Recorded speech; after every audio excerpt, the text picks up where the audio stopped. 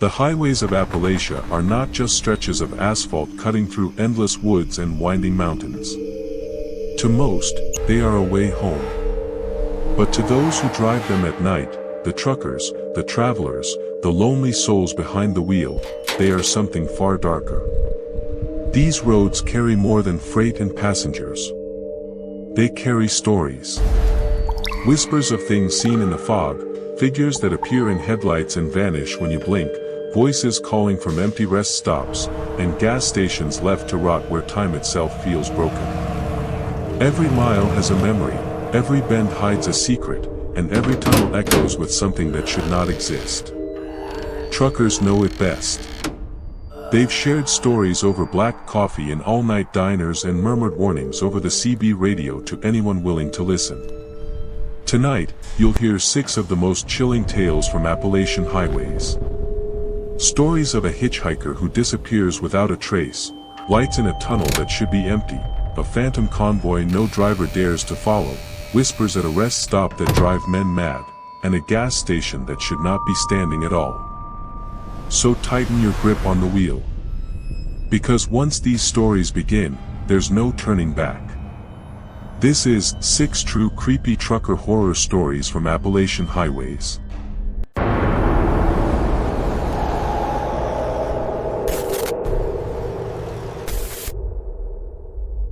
The Appalachian Mountains have always carried an air of mystery.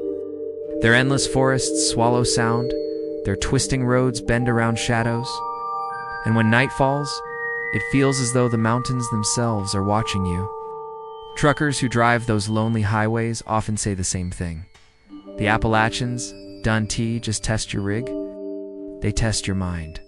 One driver, whose story has been whispered among truck stops for years, learned this lesson the hard way one cold October night along Route 23 in Kentucky. He was a seasoned long-haul trucker named Daniel, someone who prided himself on keeping a strict schedule. He had driven through the mountains countless times, knew every sharp turn, every narrow bridge, every steep grade. That night, he had left Ashland just after midnight, hauling a trailer full of auto parts south toward Pikeville. His plan was simple: push through the night, rest after sunrise, and make his delivery before noon.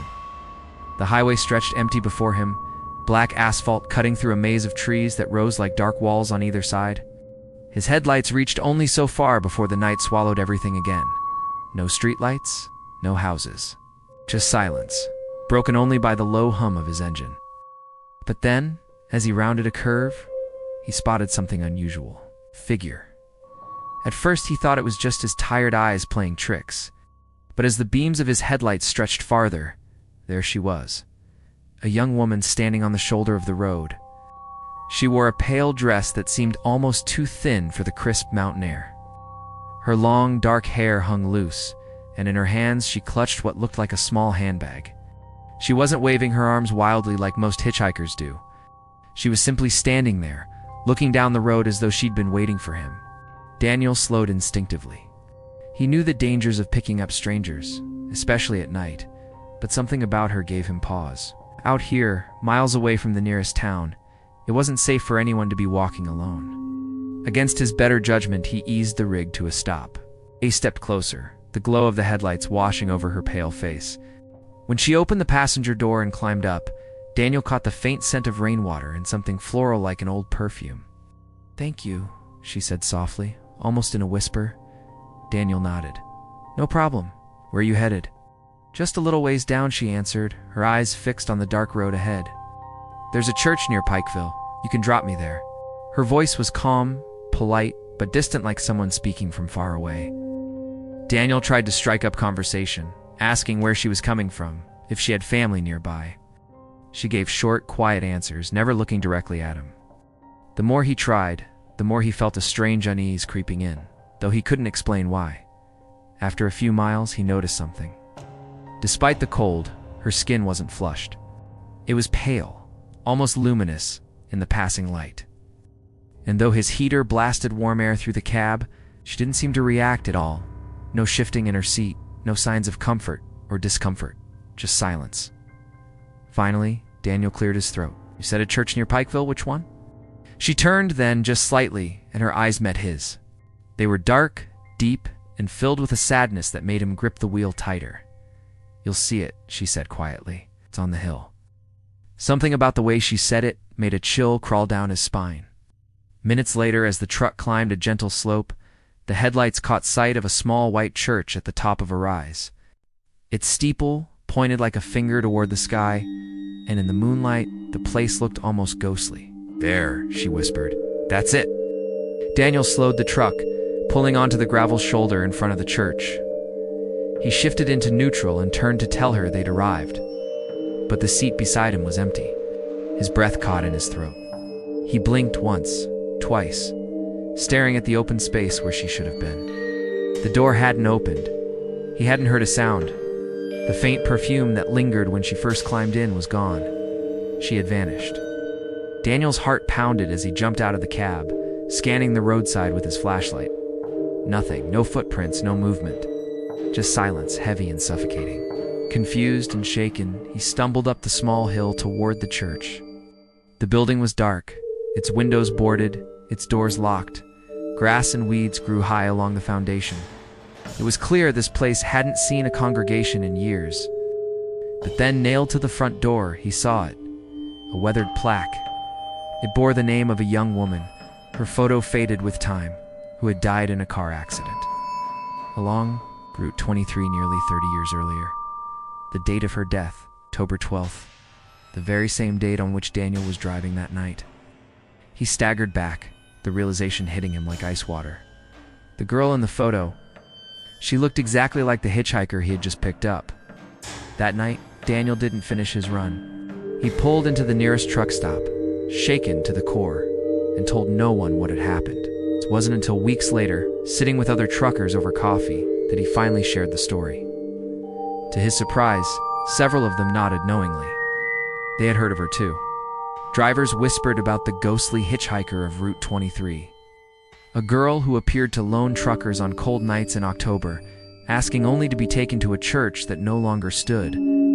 Some claimed she was searching for her final ride home. Others believed she was warning drivers to be cautious.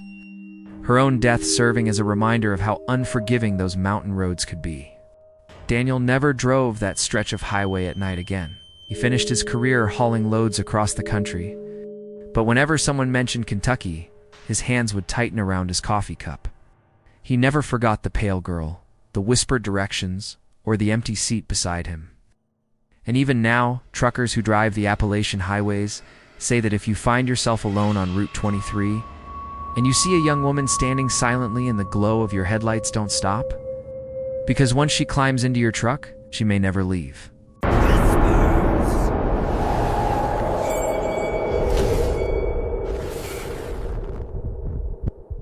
The Appalachian Mountains are a place where the line between the natural and the supernatural feels razor thin.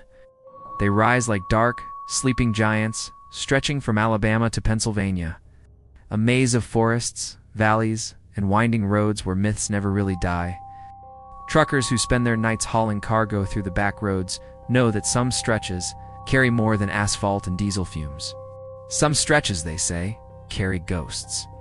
One of those places is the Cumberland Gap Tunnel. It was supposed to be a marvel of engineering, a safe passage through the mountains connecting Kentucky, Tennessee, and Virginia. But for those who drive at night, it is something else entirely.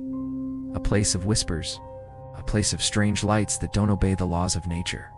And for one trucker, the journey through that tunnel nearly cost him his sanity. His name was Ray Mitchell. He'd been on the road for almost 15 years, a no-nonsense man with a reputation for staying calm under pressure. But when he told this story years later at a truck stop in Middlesboro, his hands trembled around his coffee cup. He swore every word was true. That night, he was hauling a trailer of electronics out of Lexington, Kentucky, bound for Knoxville. His dispatcher had pushed him to take a late-night run, and though he preferred daylight driving, Ray didn't argue. The October air was crisp, the roads relatively empty, and he figured he could make good time. The highway bent southward into the Appalachian foothills, where the trees crowded close and fog pooled in the low valleys like spilled smoke. By the time he reached the turnoff toward the Cumberland Gap, it was past 2 a.m. The radio had gone silent. Even the usual chatter of CB channels had thinned to static. Ray lit a fresh cigarette and cracked his window. The air carried the sharp scent of pine and the faint, wet smell of earth. He'd heard other truckers talk about the tunnel before, though usually as a joke stories of phantom headlights, mysterious breakdowns, drivers swearing the tunnel was longer on the inside than the outside. He never believed any of it, but that night he couldn't shake the feeling that something was watching from the trees as he approached. The road dipped, and suddenly, the yawning mouth of the tunnel appeared ahead, lit by a halo of orange sodium lamps. The concrete arch looked harmless enough, but as he drew closer, a strange unease settled over him. Ray shifted gears, muttering, "Just a tunnel, that's all." The headlights cut across the glossy pavement as his rig entered the passage. The sound changed, instantly engine noise, echoing off the curved walls, tires humming in a hollow rhythm. Fluorescent lights glowed overhead at regular intervals, buzzing faintly. For the first few minutes, it was exactly what you'd expect. Long gray walls, the hypnotic pattern of lights passing overhead, the claustrophobic sense of being swallowed by stone. But then Ray noticed something. The shadows weren't falling the way they should. He glanced to the right and saw a faint glow, like a reflection on the concrete wall, but there was no other vehicle in sight. The glow grew brighter, forming into a sphere of white light that floated just above the shoulder of the road.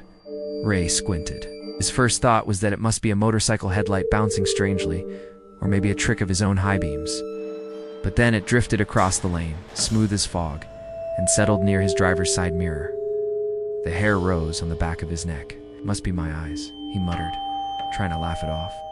He blinked hard, rubbed his temple. When he opened his eyes, the orb was still there, brighter now, almost pulsing like a heartbeat. Ray pressed harder on the accelerator. The speedometer climbed, but the light stayed with him. His CB radio crackled suddenly. Through the static came a faint voice, too warped to understand, whispering like someone speaking through a tunnel of water. The words were garbled, overlapping, as though more than one voice was speaking at once. He grabbed the receiver, barked, "Breaker 129, who's out there?" The only reply was a long burst of static, followed by a sound that chilled him to the bone, a low, drawn-out laugh that didn't sound human. The orb surged ahead of his truck, bathing the inside of his cab in white light. He shielded his eyes, struggling to stay in his lane as the tunnel seemed to twist around him. The overhead lamps flickered wildly, some going dark altogether. The walls appeared closer, the ceiling lower. And then, just as suddenly as it had appeared, the orb shot forward and vanished into the concrete itself, like water soaking into sand. Ray's heart hammered in his chest.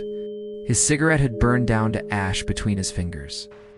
He tossed it aside and gripped the wheel with both hands, muttering curses under his breath. He just needed to get through this tunnel, just a little farther, but the road ahead stretched on. And on. Ray frowned, checking his dashboard clock. He should have been out the other side by now. The tunnel was barely a mile long, but he'd been inside for at least 5 minutes. He pushed the throttle harder. The truck roared, gears straining, but the end of the tunnel never came. Instead, new lights appeared. First one, then two, then half a dozen glowing orbs drifting down from the ceiling like will-o'-the-wisps. They swayed in unison, hovering above the lanes, their glow shifting from white to pale blue to a sickly green. Ray swerved, narrowly avoiding one as it dipped in front of his windshield. Another brushed past the trailer, casting a long shadow that rippled unnaturally, like it wasn't attached to the truck at all. His CB erupted with whispers again, this time clearer, like fragments of sentences. "Don't stop. They're watching. You shouldn't be here." Ray's knuckles went white on the wheel. He'd had enough. "Not tonight," he growled, slamming the accelerator to the floor. The rig thundered forward, shaking as the speedometer climbed past 70. The orbs swirled around him like a swarm of angry fireflies, darting through the air, weaving in front of his headlights. For a moment, he thought he saw shapes, inside them faces, twisted and blurred, mouths open and silent screams. He shouted, eyes wide, willing the tunnel to end. And then light. The exit burst into view ahead, a brilliant square of night sky. Ray barreled toward it, the orbs scattering, their glow dimming, as if they couldn't survive outside the mountain. He shot out of the tunnel, tires screeching as he swerved onto the open road. The orbs didn't follow. Ray drove another 2 miles before pulling into a deserted rest area.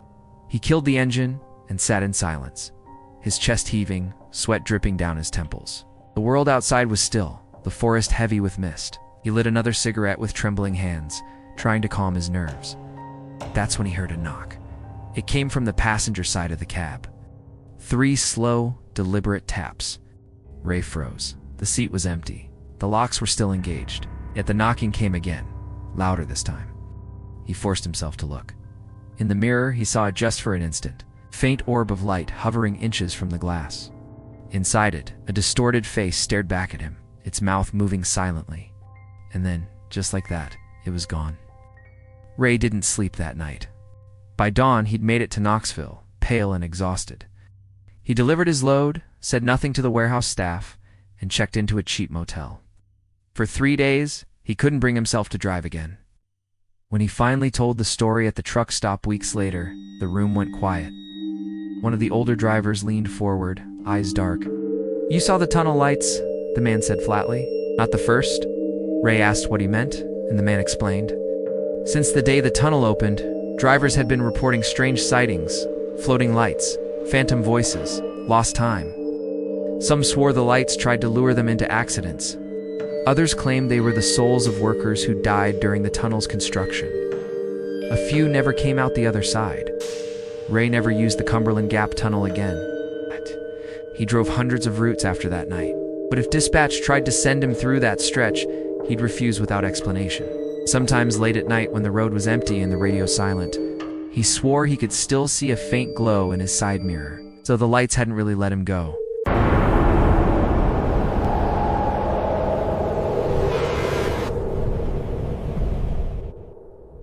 It was just past midnight when Rick Dawson eased his 18-wheeler onto Interstate 77, the road cutting through the dark spine of the Appalachian Mountains.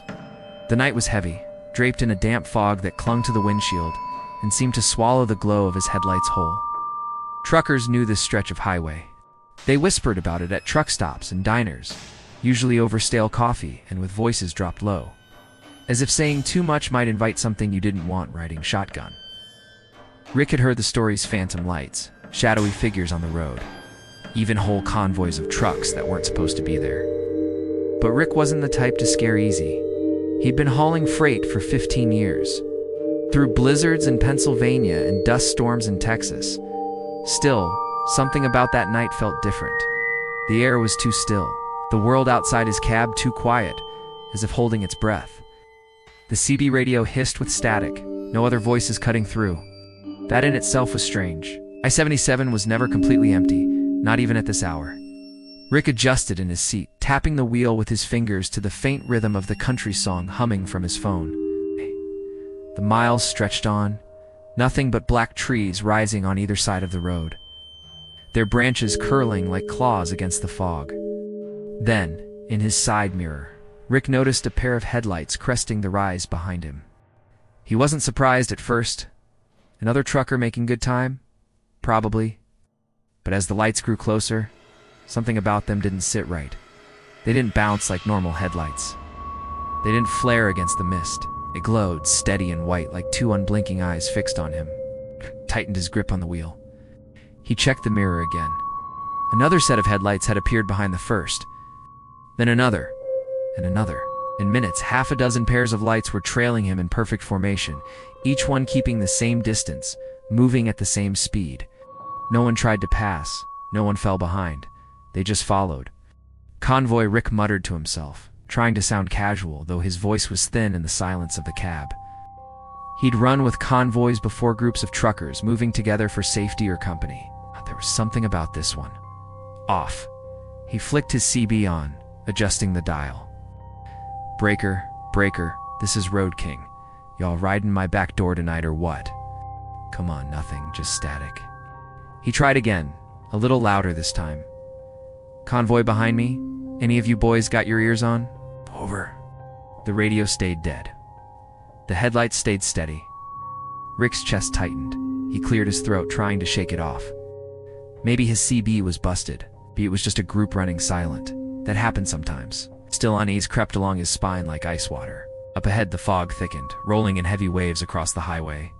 The glow from his own headlights barely pushed more than 20 feet ahead now, and the world beyond was nothing but a wall of gray. His wipers squeaked across the glass. That was when he noticed something else. The road beneath him felt wrong. The hum of the tires against asphalt had changed, softer somehow, as though the pavement wasn't there at all. He leaned forward, squinting, but the fog swallowed everything. Then, without warning, the lead pair of headlights behind him shifted.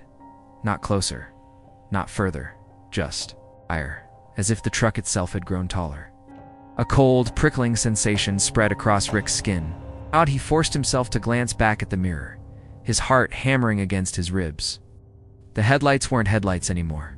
They were brighter now, sharper, with a bluish tint that cut like frozen fire, and the truck itself, he couldn't see it. Just the lights. Rows of them, stretching back into the fog, floating in the dark like ghostly sentinels. Rick's breathing quickened.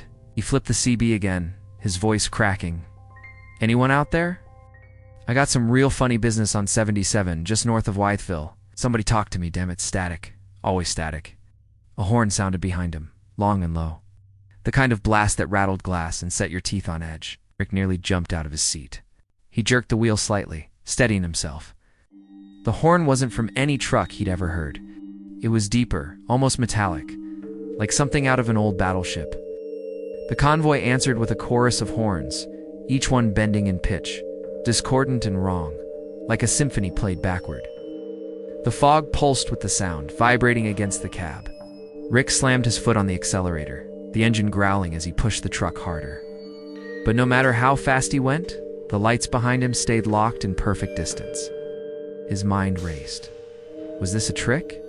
A hallucination from too many miles and not enough sleep? But he was awake, painfully awake. The wheel under his hands was solid, the road vibrating beneath his seat. This was real. Too real. Then he saw it. Up ahead, another truck loomed in the fog, parked sideways across both lanes. Its hazard lights blinked a dull, sickly orange cutting through the gray. Rick's heart lurched. He stomped the brake, tires screaming as the trailer fishtailed. The convoy's lights flared behind him, blinding white, and for a split second Rick thought it was over. He was going to crash. But when his rig skidded to a stop, the highway was empty. The truck blocking the road, gone. The lights behind him, gone. The fog thinned, unraveling like smoke, until only the dark stretch of I-77 remained, silent and endless. Rick sat there, chest heaving, sweat dripping down his temples. His hands shook against the wheel. Slowly, cautiously, he shifted back into gear and started rolling forward. The road was empty for miles. No headlights. No horns. No phantom convoy. But the silence wasn't comforting. It was heavier than before, as if the darkness itself was listening. Rick didn't stop until he reached the next truck stop, a shabby, 24-hour diner with flickering neon signs. He parked, climbed out on shaky legs, and stumbled inside. A few other truckers sat scattered around, nursing coffee or pie. Rick slid into a booth, his breath still uneven. The waitress, a tired-looking woman with kind eyes, poured him a cup without asking. "Rough night," she said softly. Rick swallowed hard, staring into the steam rising from the mug. After a long pause, he spoke. "You ever seen a convoy that wasn't there?" The room went quiet.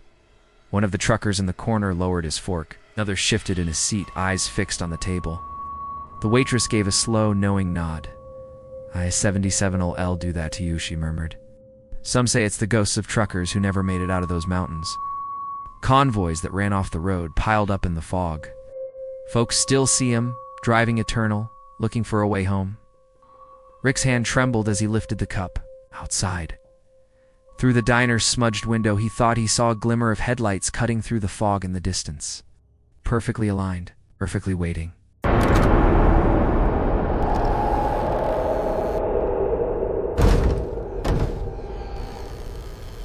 The rain was coming down in heavy sheets. When I finally pulled my rig off the Blue Ridge Parkway and into a lonely rest stop.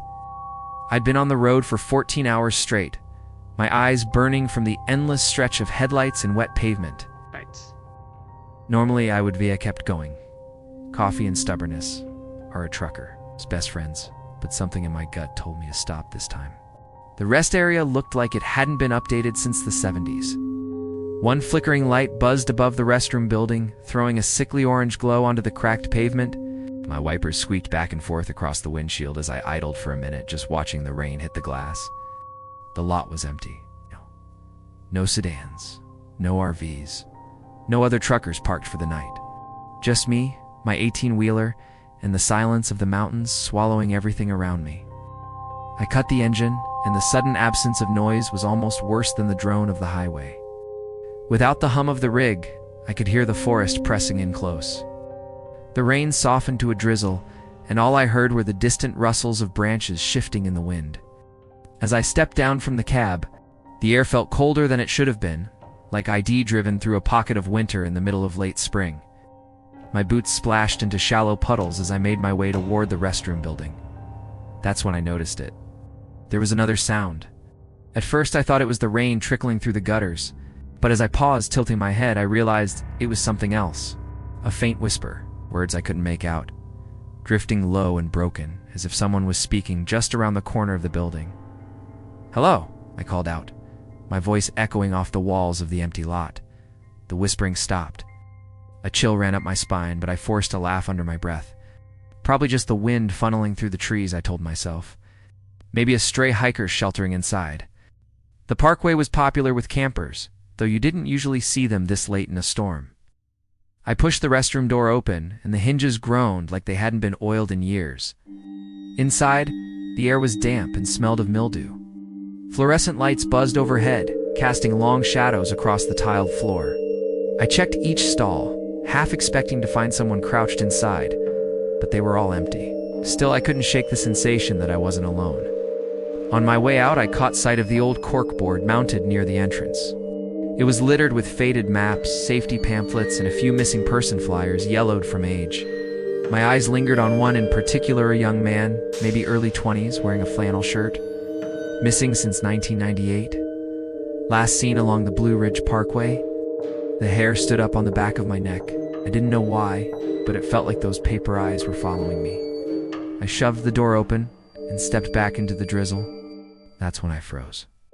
Across the lot, standing just at the tree line, was a figure. A man maybe, though it was hard to tell in the dim light.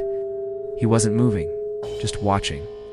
His outline was barely visible through the mist rising from the forest, but I could make out the shape of his head turning slightly toward me. "Hey!" I shouted, my voice cracking louder than I meant it to. "You need help?" No response.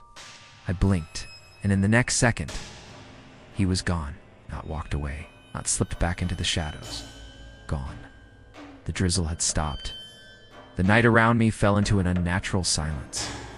No rain, no wind, no crickets in the trees, just silence thick enough that I could hear my own breathing. And then the whispering started again, closer this time. The headlights of a passing car briefly swept across the rest stop lot, snapping me out of my daze. I realized my fingers were clenched so tightly around the wheel that my knuckles ached. My coffee had gone cold, untouched. I muttered to myself, just tired. Man, just tired. But even as I said it, I knew I was lying. Something was off. The silence of that place felt unnatural. Not quiet in the way a rest stop should be at night, but hollow, like every sound had been sucked away. The cicadas that usually screamed their songs in the Appalachian summer were absent. No crickets, no distant whoosh of trucks on the highway, just silence, pressing in like a weight on my chest. I turned the key and let the engine idle, figuring the hum would calm me. But in the mirrors, something caught my eye movement, quick, subtle, right at the edge of the lot, where the tree line met the gravel. My stomach dropped. It was like a shadow that hadn't been there before, darker than the night around it. I leaned forward, staring into the glass. Nothing. Just trees swaying lightly in the wind. But then faintly I heard it again, the whisper, this time clearer. Like someone leaning in close enough to speak into my ear, though no one was near me at all. "Don't stay." Words. Thin, cold. They slithered right down my spine. I yanked my door open and stepped out, trying to shake it off. The air outside was damp and heavy, carrying that earthy smell of wet leaves. The fluorescent light above the vending machine flickered weakly, throwing a sickly glow across the cracked pavement. I told myself I'd just walk to the restroom, splash water on my face, and that'd be it. But with each step toward that cinder block building, I couldn't shake the feeling that I was walking into something I shouldn't. The restroom door creaked when I pushed it open. Inside, the air was stale, carrying that sour mix of disinfectant and mildew. The flickering light bulb above the sink buzzed faintly. I stood there, staring into the cracked mirror, my own reflection staring back, pale and tired. I turned on the faucet, splashed water across my face, and when I looked up again, for the briefest moment, I swear the reflection wasn't mine. The face in the mirror was older, weathered, hollow-eyed, wearing the same jacket I was, but his skin was sallow. His lips cracked, and his gaze sunken like he hadn't slept in weeks. And then just like that, it was me again. My own face, dripping, wide-eyed, shaking. I stumbled back, bumping into the stall door. My heart was hammering so loud it drowned out everything else. I forced out a laugh, shaky, trying to convince myself I was imagining things. But then the stall door behind me creaked open slowly, deliberately. I froze. Inside was empty. No feet. No shadow. Just the door slowly swinging wider until it hit the divider with a dull thud. That was enough. I bolted from the restroom, nearly tripping as I pushed through the door. The night air hit me like a wall. Near my truck sat there, under the buzzing lamp, waiting safe. I moved fast across the lot, telling myself I'd get in, lock the doors, and never stop at a backwoods rest stop again. But halfway across, I heard it. Boot steps. Behind me, slow, heavy, crunching across the gravel in a steady rhythm. I froze mid-step, blood turning to ice. The sound stopped the moment I did. I forced myself to turn, expecting, I don't know what, another driver, maybe? Someone walking their dog? Anything? But there was no one. Just the empty lot, the restless trees, and the faint hum of my idling truck. I swallowed hard, turned back, and hurried the rest of the way. But when I gripped the handle of my truck door, I felt it. A breath on the back of my neck. I spun around. Still nothing. But the whisper came again louder this time, right behind me. I jolted awake sometime later, my body cold, my mouth dry, and the cabin unusually silent. For a moment I thought maybe I'd finally shaken it all off, that the whispers, the faces, the strange woman, they had all been the byproduct of exhaustion and paranoia. But then I heard it. A knock, not loud, not forceful. Just a single, hollow tap against the side of my truck, and silence. I froze, my eyes darting toward the passenger side mirror. Nothing. My hand fumbled for the flashlight on the dashboard, and when I clicked it on, the beam of light cut across the empty asphalt. Nobody. No cars. No movement. Another knock. This time from the opposite side. Whipped the light toward the driver's side window, but again, nothing. Just the warped reflection of my own pale face staring back at me. My heart hammered as I started the engine. The truck roared to life, and the sound seemed to break whatever hold the place had over me. I was done waiting. I shifted into gear, ready to leave that cursed rest stop behind me. But the moment I pulled forward, the headlights revealed something standing in the middle of the exit lane. It was a man, or what looked like one. He wore old, tattered clothing, denim overalls, a flannel shirt hanging loose off bony shoulders, a cap pulled low over his face, almost gray, and his hands hung unnaturally long at his sides. I slammed the brakes, the truck screeching to a halt just feet away. The figure didn't flinch. He just stood there, his head tilted slightly upward, as if sniffing the night air. Then, without warning, he vanished. Not walked away, not faded into the trees. One blink. The hair on my arms stood on end as a chill swept through the cab. I threw the truck into drive and floored it, barreling past the empty lane where the figure had been. Gravel spat under my wheels as I shot back onto the parkway, desperate to put as much distance between me and that rest stop as possible. For the next hour, I drove in silence, not daring to turn on the radio, not daring to look in the mirrors for too long. My only goal was to find a well-lit truck stop, someplace with people, noise, anything but silence. When I finally spotted a glowing Exxon sign on the horizon, relief washed over me so hard I almost cried. I pulled into the lot parked between two other rigs and stumbled out of the cab, my legs trembling beneath me. The bright fluorescent lights and the hum of the gas pumps felt like salvation. Inside, the cashier, a tired-looking woman in her 50s, gave me a nod as I grabbed a coffee. My voice was shaky when I asked her about the rest stop back on the parkway. Her expression shifted instantly. She stopped counting change, her eyes narrowing. "Which one?" she asked. "The one about 20 miles back. There's no lights, just an old sign by the trees." She stared at me for a long time, then slowly shook her head. "There ain't been a rest stop there for, oh, must be 30 years now. They shut it down after a driver went missing. Folks say it's haunted. Some say if you stop there, you hear the dead talking." Her words hit me like a hammer to the chest. I wanted to argue, to tell her she was wrong, that I'd been there, that I'd parked, that I'd seen someone, but the look in her eyes told me she wasn't joking. I paid for my coffee, walked back to my truck, and sat in the driver's seat for what felt like hours, staring at the steam rising from the cup. Since that night, I've driven the Blue Ridge Parkway only when absolutely necessary. And no matter how tired I get, no matter how much my body aches for rest, I'll never ever pull into that empty patch of asphalt again, because I know what waits there. And if you ever find yourself on that road late at night, fighting off sleep with miles still to go, whatever you do, don't stop.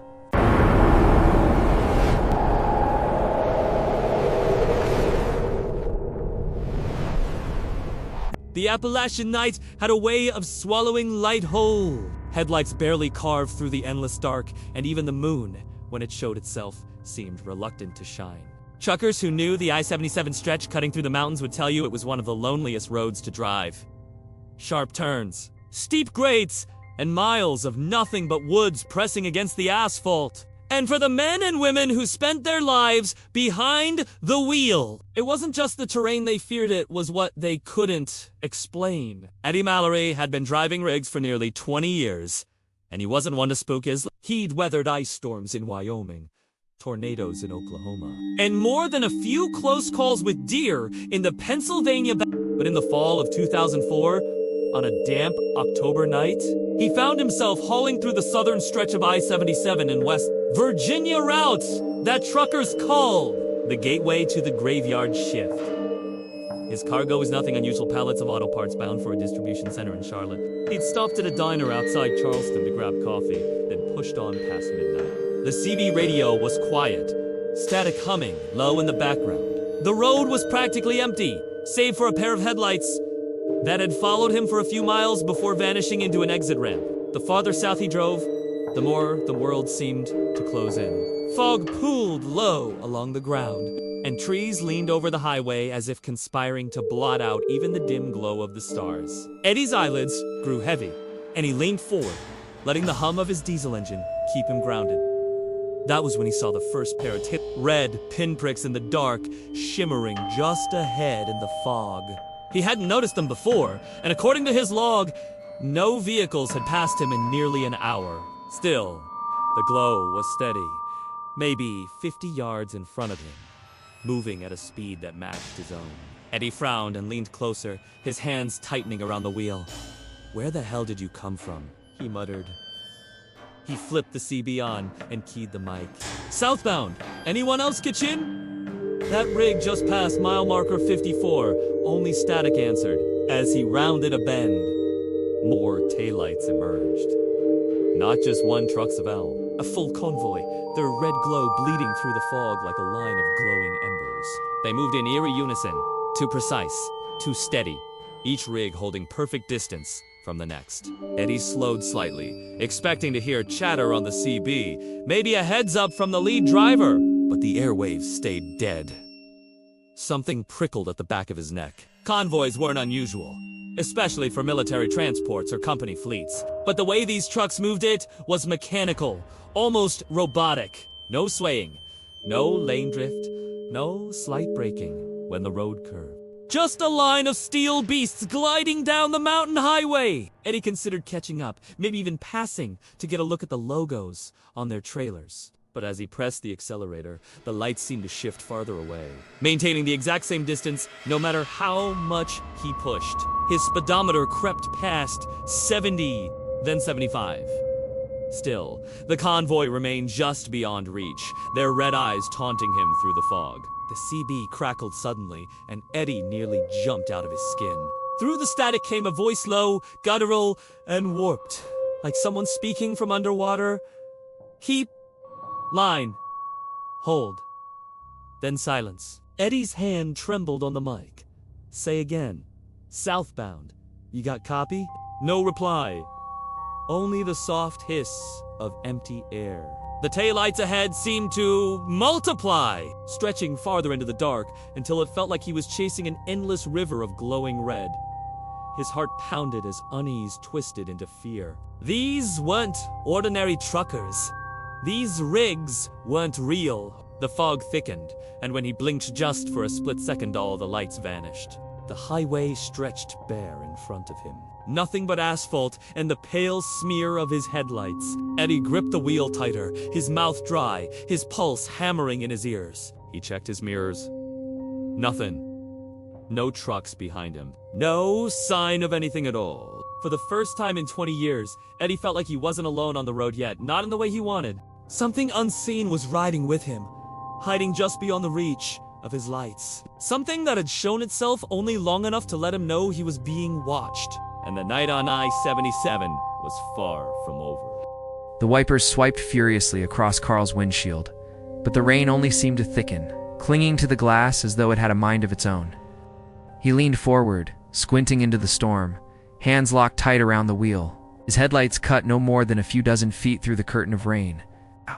Yet in the flashes of lightning, he saw them again, headlights in the distance. Stretching out in a perfect line across the highway, CB radio crackled. Breaker 19. Anyone else seeing that? It wasn't his voice. Carl's heart jumped. He hadn't touched the mic.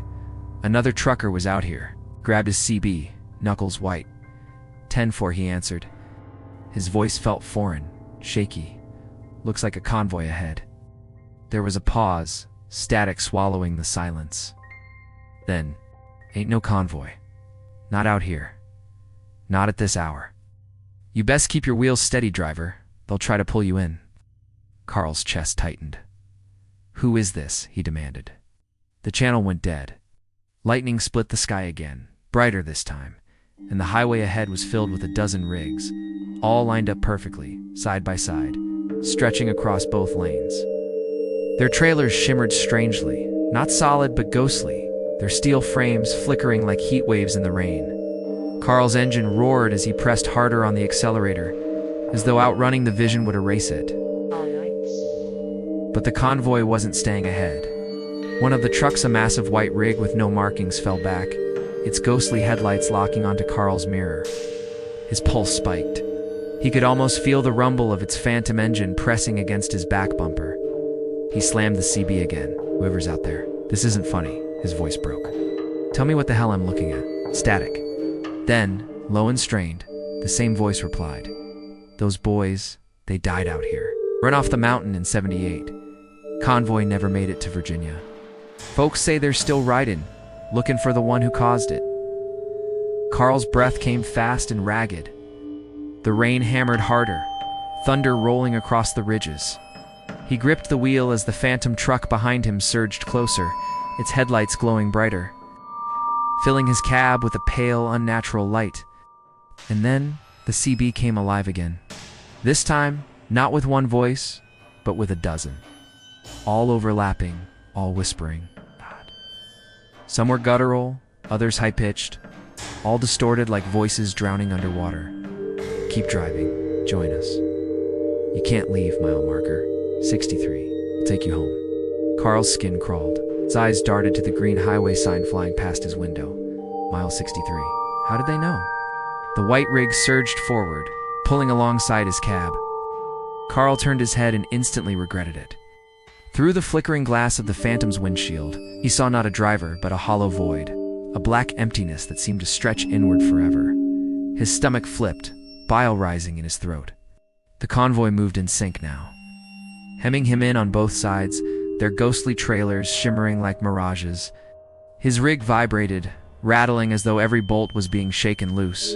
He slammed the accelerator, but the speedometer didn't budge. It was frozen at 63 miles per hour. No matter how hard he pushed, the convoy kept him locked.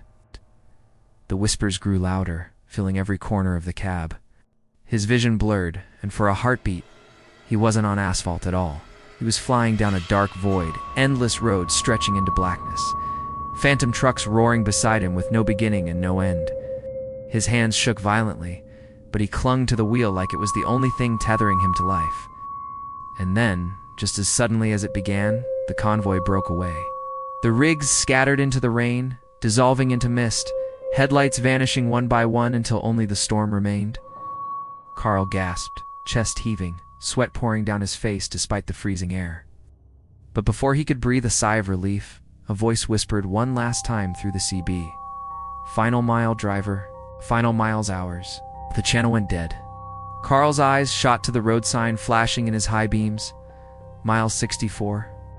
The storm had calmed to a drizzle by the time Mark's rig crawled down the mountain grade. His knuckles were white from gripping the wheel, his eyes scanning the endless stretch of blacktop that disappeared into the night. He thought it might be over, maybe the phantom convoy had vanished for good. But deep down, he knew he hadn't reached the end of their road. Not yet. The CB radio crackled again, soft at first. Breaker 19. The voice was distant, barely audible. Mile marker 63. All trucks rolling home. Mark's heart stuttered. He glanced at his GPS. He had just passed mile marker 63. A faint glow appeared in his mirrors. Headlights, 3 of them, lined up perfectly on the dark horizon. He pressed harder on the accelerator, but the lights grew larger, closer until they were in. Just headlights, but the blinding wall of a full convoy roaring down behind him. And then, in an instant, they were gone. The road was empty, silent. His pulse thudded in his ears. He told himself it was just the storm, fatigue, tricks of the mind. But before he could cling to that thought, the headlights appeared again, this time ahead of him. 3 semis. Rusted, impossible machines lined up across the highway, blocking every lane. Their grills towered over him, engines howling with a mechanical scream that didn't sound right. It was metallic, but also human, like wailing voices trapped in steel. Mark slammed the brakes. His tires screeched, the cab shaking violently. His truck skidded sideways, stopping only feet from the phantom convoy. But as soon as it should have crashed, the rigs dissolved into smoke, into shadows that swirled across the windshield and seeped into the night. Mark sat frozen, his breath ragged. His headlights now illuminated nothing but the empty asphalt. Not a single truck in sight, not even tire marks. That's when he saw a sign standing crooked on the side of the road, half hidden by mist. The metal was bent, but one word still gleamed under the beam of his headlights. Remember. The CB erupted again, louder this time, with dozens of voices speaking in unison. Breaker 19. Remember us. Remember us. Mark fumbled with the dial, shutting it off. But the voices didn't stop. They were inside the cab now, surrounding him, filling the air like smoke. He clutched the wheel, whispering to himself, "It's not real. It's not real." But when he looked up, the mirrors told a different story. His reflection wasn't alone. Behind him in the sleeper cab, shadowy figures sat quietly, their faces blurred, their outlines flickering like dying headlights. They watched him without eyes, without movement, just waiting. Mark floored the gas pedal. The truck roared down the highway, his rig straining against the grade. He didn't look back. He didn't dare. He just drove, mile after mile, until the first streaks of dawn bled across the horizon. And when daylight finally broke, the voices stopped. The mirrors showed nothing but the empty cab. The highway stretched quiet and ordinary, as if the night had swallowed everything he'd seen. Mark pulled into a truck stop just outside Wytheville, stumbling out of the cab with shaking legs. He tried to explain to another driver what had happened, but the man only gave him a strange look. "Been on I-77 too long, friend," the driver muttered. "That mountain plays tricks on you. Best keep your mind sharp, or you'll end up like the others." "The others?" Mark asked, his voice trembling. The man simply nodded toward the highway, his expression grim. They say a convoy went down in a pileup back in the 70s. Nothing but fire, steel, and screams. Folks swear the drivers still ride the mountain on stormy nights, looking for someone to follow him home. Mark never spoke of it again. But he avoided I-77 whenever he could.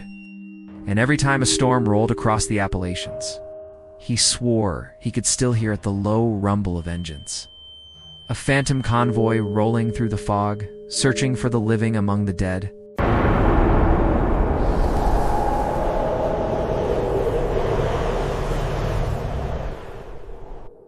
Truckers say the highways through Virginia have their own language.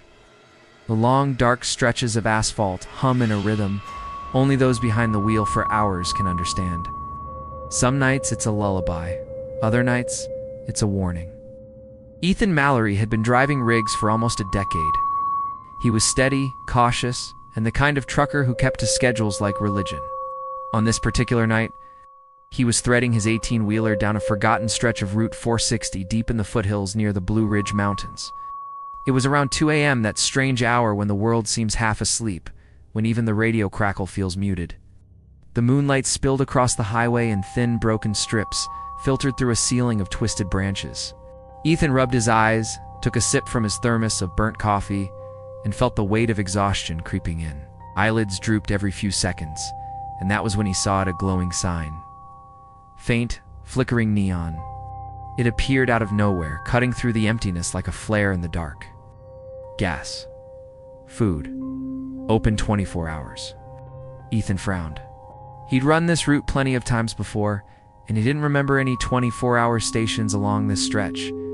The map on his GPS showed nothing but empty highway for the next 30 miles. Still, the sight of fuel and maybe some fresh coffee was too good to pass up.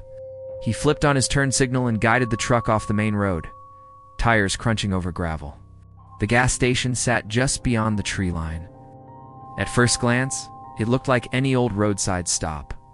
2 cracked pumps stood under a canopy, their paint long faded and peeling. Convenience store with dusty glass windows squatted behind them. The neon sign above the door buzzed and sputtered, casting a pale red glow that washed across the parking lot. But the place felt wrong. It wasn't just old. It was abandoned. The pumps were chained off. Price boards hadn't been updated since the early 90s. Vines crept up the brick walls like skeletal fingers, and yet the lights were on. The hum of electricity carried faintly through the air.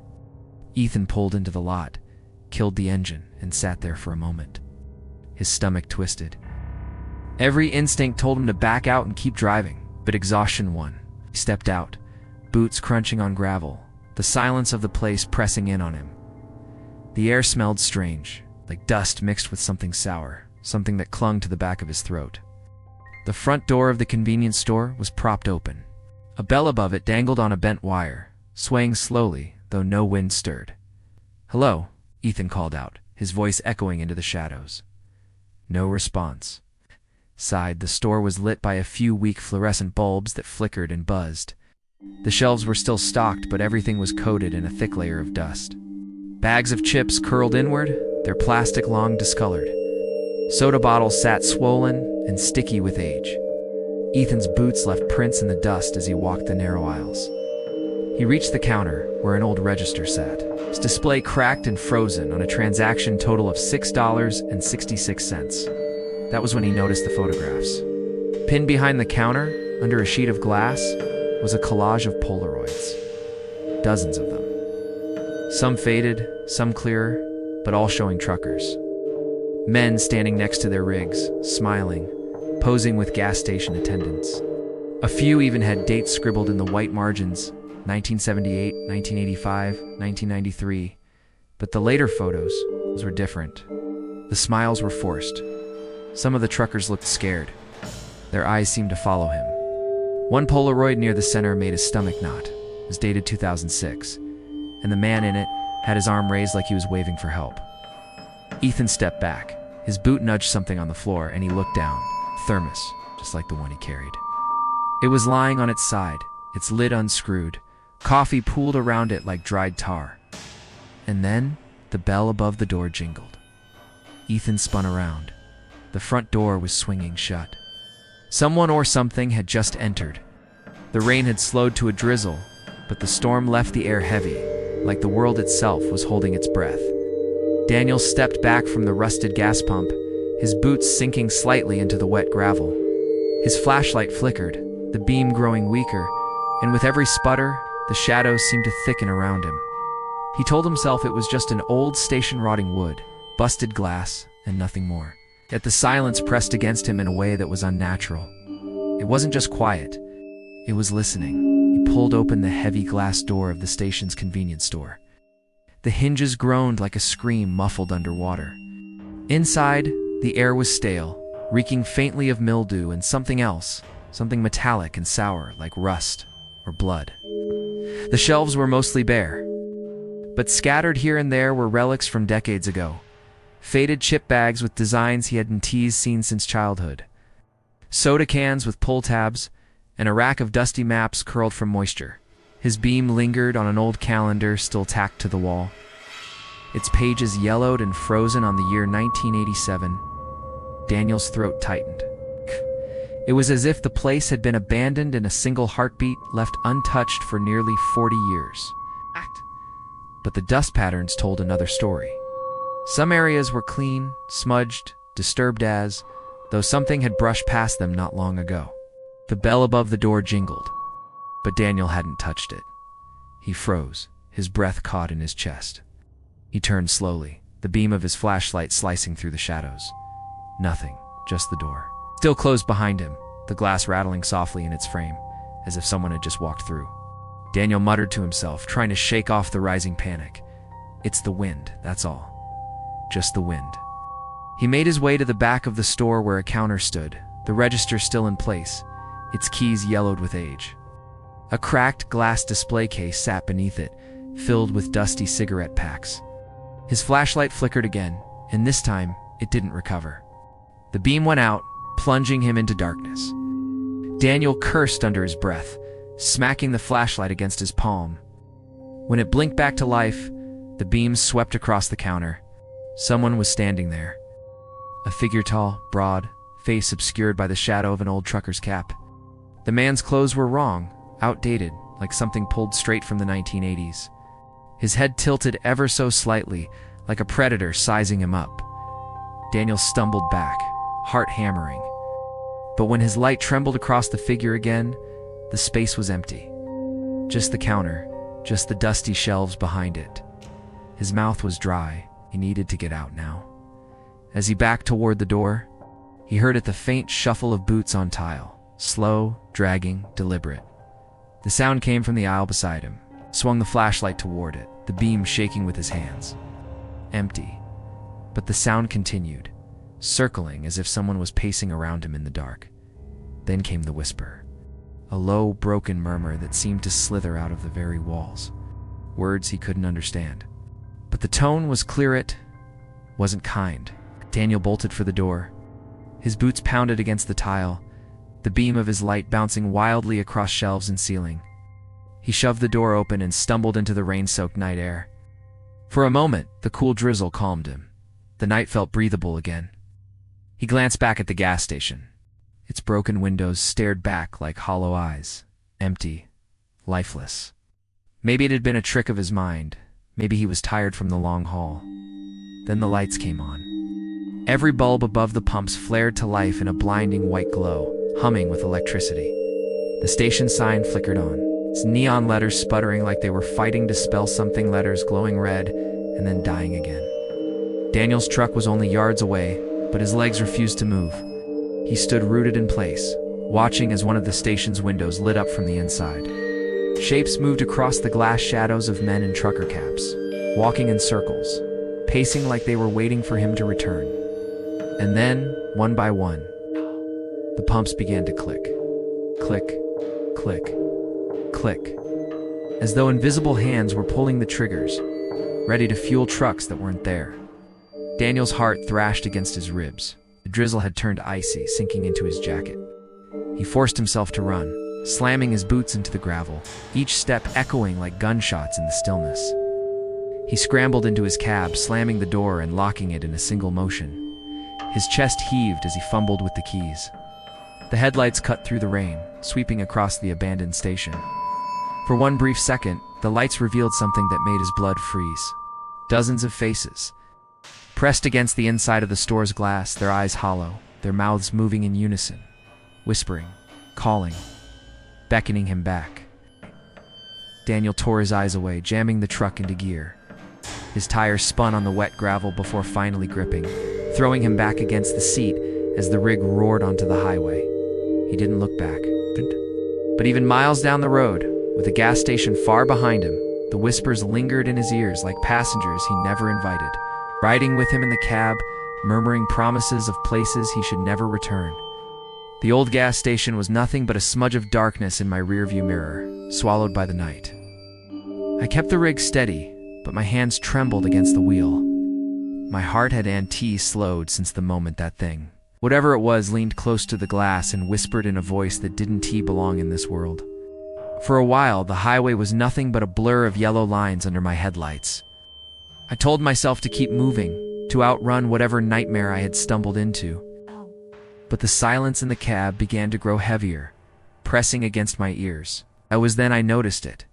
The CB radio, silent all night, was hissing with static. I reached for the dial, thinking maybe I could get some chatter from another trucker, some proof that the world outside still existed. But through the static, a voice cracked. Not a call sign, not the usual chatter, just a faint, wet whisper, still hungry. The words slithered through the radio like oil, thick and unnatural. My blood ran cold. I turned the knob hard off, but the radio didn't stop. The static deepened, the whisper stretching into a low growl. The lights on the dash flickered, and for a split second, I swear the windshield reflected something behind me, a shape sitting in the sleeper cab. I didn't dare look back. I floored the gas, the engine roaring as the semi lurched forward. Mile markers blurred past, but no matter how far I drove, the darkness seemed endless. And then I saw it. Up ahead, another gas station. Same flickering sign, same busted windows, same leaning canopy. My stomach dropped. It was the same station I had just left. I slammed the brakes, the truck shuddering as tires screeched against asphalt. My headlights washed over the building, and there it was, the shadowy figure, standing at the door as though it had been waiting for me. It tilted its head, slow and deliberate, like a predator amused by prey that didn't know it was already caught. The CB crackled again. You never left. My breath hitched. I grabbed my phone dead. The dashboard clock blinked the same time over and over, frozen since the moment I'd first stopped, 3:07 a.m. No matter how far I drove, no matter how fast, I hadn't escaped. I had been driving in circles. Or worse, caught in some kind of loop that kept dragging me back. The figure stepped forward. For the first time, I saw it clearly in the high beams. It wasn't a man. Its body was wrong, too long, too thin. Its face, pale and stretched, hung like wax melting off a skull. And yet its eyes glowed with something alive, something ancient. It raised one arm and pointed not at me, but at the cab, the sleeper behind me. I didn't want to turn. Every instinct screamed not to, but I felt the air shifting, the faint press of weight on the mattress behind me. My rearview mirror tilted on its own, the glass angling, so I had no choice but to see, and there it was, lying in the bunk. The same figure curled like it had always been there, grinning with a mouth too wide to belong to anything human. My scream was swallowed by the roar of the engine as the truck lurched forward on its own, heading straight into the dark without my hands on the wheel.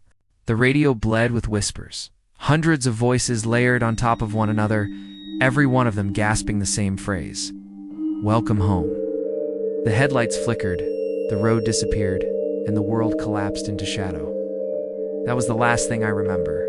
To this day, I can't tell you how I got out. I woke up the next morning in a rest stop miles down the road, parked neatly between two other rigs. My logbook showed the hours I'd been driving. Every page after 3:07 a.m. was nothing but smeared black ink, as if something had dragged its fingers across the paper. I told myself it was exhaustion, a hallucination, a dream I mistook for reality. But every time I pass through Virginia, I catch a glimpse in my mirrors, a flicker of movement in the sleeper. a pale grin reflected in the glass. And every time the clock on my dash hesitates, just for a second, AM